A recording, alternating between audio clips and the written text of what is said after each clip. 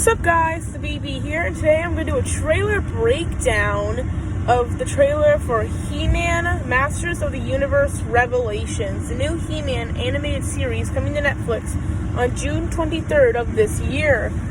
Now I watched the trailer yesterday, I loved the animation. Now, of course, for this breakdown I won't actually be using footage from the trailer because I don't know how to actually do that.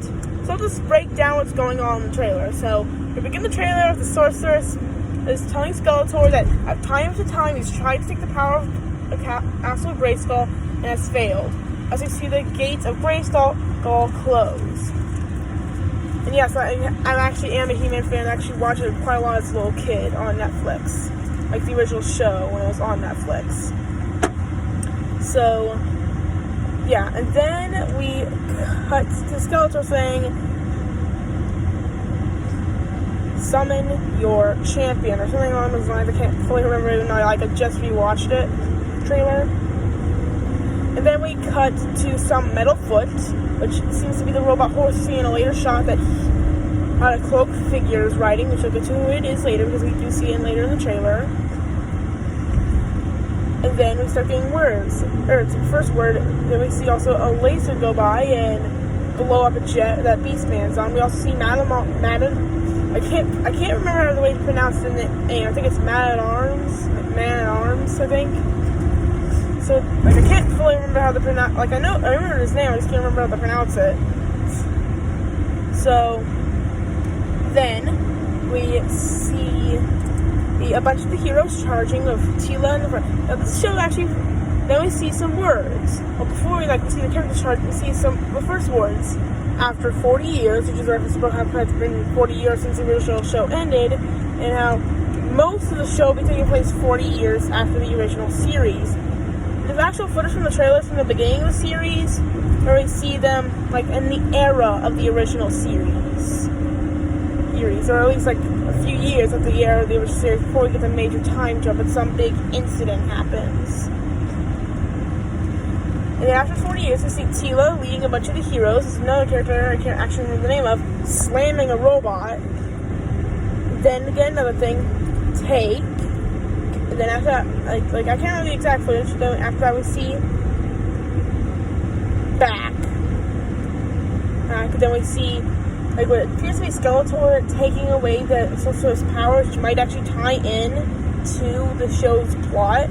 It also would match up with the comics, as in the He-Man comic books that continue on the stories of the Filmation cartoon. Eventually, Teela becomes the new Sorceress. Don't know if we're going to actually see that in the show or not. So, after that, we then see the powers. We then see lightning come down to the regular castle, like He-Man's home, and we see Adam raising up the power sword and saying the thing. He says, "I have the power," as we see a transformation sequence, which could show we'll have a transformation sequence that's a bit more complex, like he's showing Adam transform rather than just seeing thunder going around him than him transforming. And boom, we have He-Man. And after that, we then see the cloaked figure on the robot horse was indeed He-Man. He-Man is going to start playing "I Need a Hero" song in the background. We see both Teela and Evil-Lyn fighting, which is a thing that was quite frequent in both the original show and the reboot from back in 2002. We also see a fight which we constantly cut back in and out of between He-Man and Skeletor, also pretty standard. We also get a few shots of Battle Cat with him looking awesome as usual. Also have a shot, I'm not exactly going at this order at this point, but there's also a scene where He-Man punches his fist to the ground, causes a bunch of rocks to go, probably him guarding Castle Grayskull, which quite frequently in the show is mainly focused on him in front of Castle Grayskull, just defending it, not really him going out, honestly at this point, why doesn't he not just go to Skeletor's headquarters and then just turn to He-Man and stab him in the chest? It wouldn't be that hard. Also, how is Skeletor even alive? Because according to his backstory, acid burned off his skin of his head, so how in the world is he still alive?